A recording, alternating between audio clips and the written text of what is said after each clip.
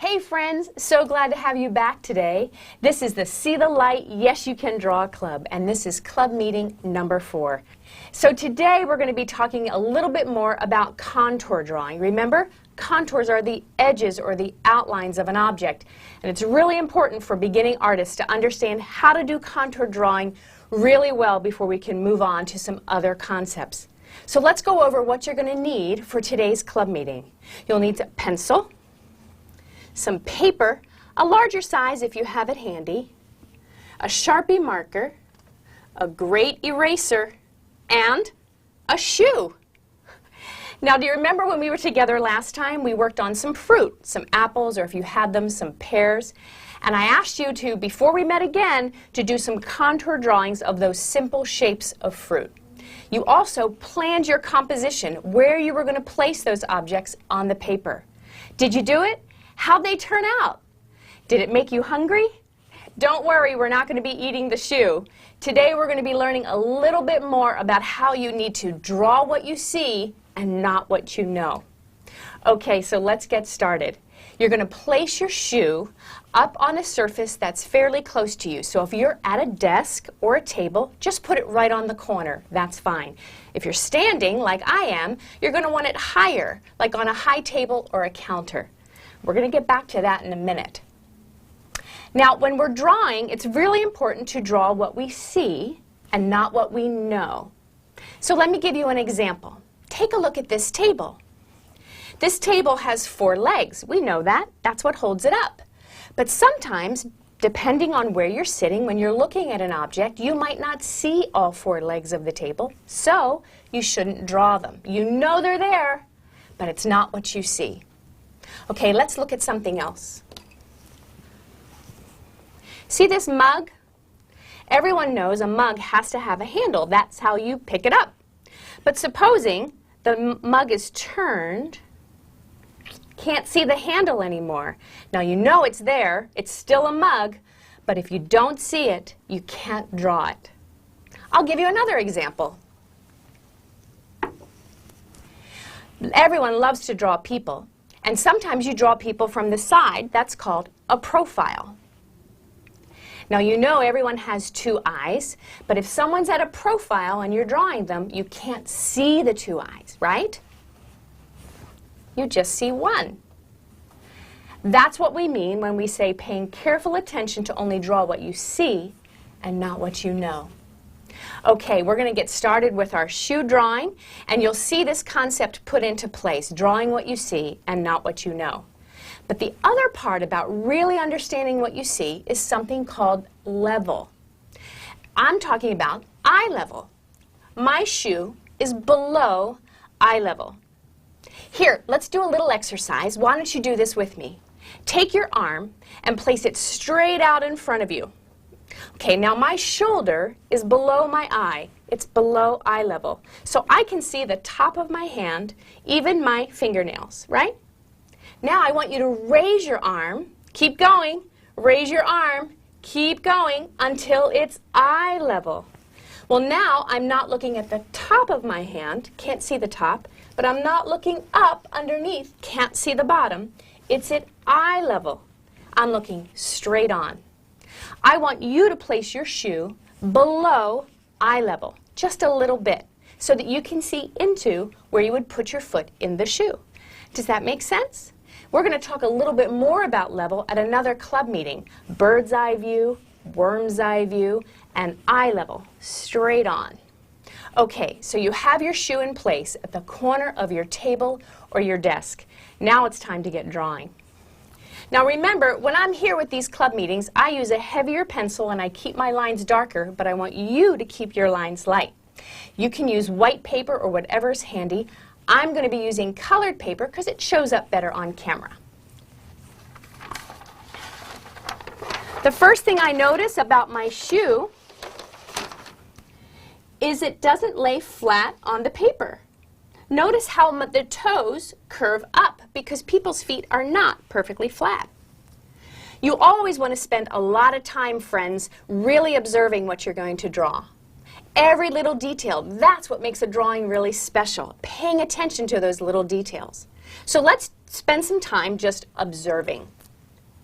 I know that this shoe has laces. I love to draw shoes with laces. It's so much fun. And I know those laces are coming out on the other side of the shoe in the holes, but I can't see them. I know that I have to be able to put my foot in the shoe. So there's a front and a back. And because this is slightly below eye level, the back of the shoe will appear higher on my paper than the front of the shoe. So let's get started drawing. Now you can draw along with me with your shoe, or you can just watch what I'm drawing and you do your shoe later.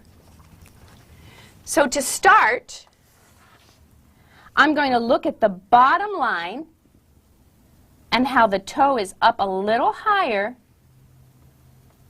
and it curves in, and that's the bottom surface of my shoe. Now, also paying careful attention, I'm going to start at the back of the shoe where it curves out for the heel. It's not a straight line. Your heel of your foot naturally curves. So you want to make sure you're paying careful attention to your shoe and do whatever curve is on that shoe. Now, we talked about where your foot goes into the shoe, right? It's actually a hole, an opening. We're not going to draw the hole. What we're going to draw is what we can see, which is the back contour and the front contour. So the front contour will be lower on my page, and as I look, the back contour is higher on the page. And so I can see now where I can place my foot. Okay, we're going to take a little bit of time, and we're going to really look at how the front bumps up and down depending on, how rickety your sneaker is, or how polished your shoe is, or maybe you even have a cowboy boot. Whatever you have there to draw, pay careful attention. This sneaker has some bumps,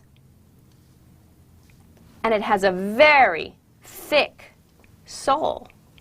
So it almost is a line that parallels my bottom line. So I'll pay careful attention. Now, boys and girls, sometimes you can't draw it as fast as I'm doing here. That's okay. What you're doing is a contour drawing, and you're going to take some time, and that's great. That's what drawing is about, practicing over and over, spending time observing, really being careful of what you see, so that's what you're drawing. Do you see this arch here where there's two colors? Now, even though it's not the edge of a shoe, it is still a contour line. It's where two edges meet. So I am going to draw where the two colors are on the shoe to be part of my contour drawing.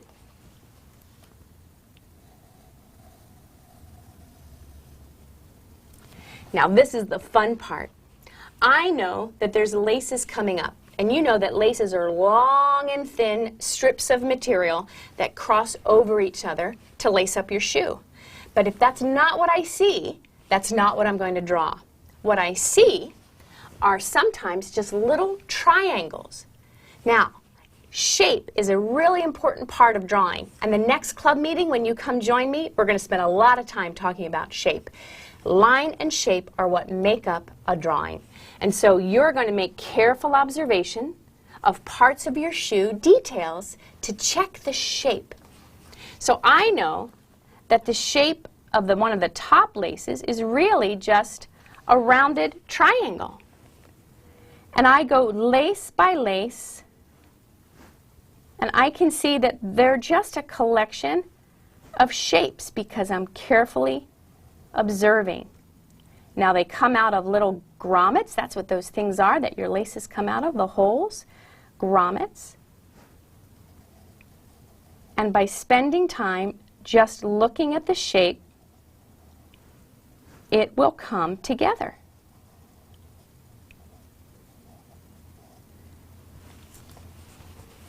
There's the bow of my lace. I can see one surface of the lace, but it wraps around. So I'm going to spend some careful time looking at what I can see. I see a knot there. You're saying, Pat, I'm not sure I can draw it like that. Practice, practice, practice. Just like you went home and you practiced drawing the apples, which are simple shapes, and pears, which are complicated shapes, okay? The shoe takes a lot of time. But here's what I'm going to recommend that you do. Okay? I'm going to recommend you just pick objects that you see right around you in your room or your classroom or perhaps even your kitchen. Just gather some objects together and practice drawing them exactly as they are, just what you see. I wanted to show you, here's a drawing I did a long time ago of one of my students doing a shoe drawing. See, this is a common technique for young artists to use of drawing a shoe. It doesn't wander off, it won't go bad, and you can always find a shoe. So it's really a lot of fun to draw. So I hope you'll spend some time doing your shoe drawing. You know, this idea of seeing and knowing reminds me of a great Bible verse. Let me show you. It's in 2 Corinthians. And it says in 2 Corinthians 5:7, we walk by faith, not by sight. Wow! In drawing, we want to make sure we're only drawing what we see and not what we know. But when we're living the life that God gave us, He says we need to have faith that Jesus is who He says He is, even though we can't see Him. But we see God's creation all around us, and we see His love for us demonstrated all the time. So in our faith journey with God, we walk by faith, not by sight. But in drawing, we want to draw what we see and not what we know. So here's your assignment until we meet again. Finish your shoe drawing. Pay careful attention. Remember, if your eye level is up here and the shoe is below eye level, you should be able to see down onto your shoe a little bit. So that's the first thing. Make sure the level is right. Then you're going to spend a lot of time carefully observing, looking at all those great details that are going to make your drawing really special. And then you're going to gather some objects around your room, around your kitchen, put them together and practice contour drawing, spending a lot of time, and draw anything, everything, until we meet again. Bye-bye. I'll see you next time.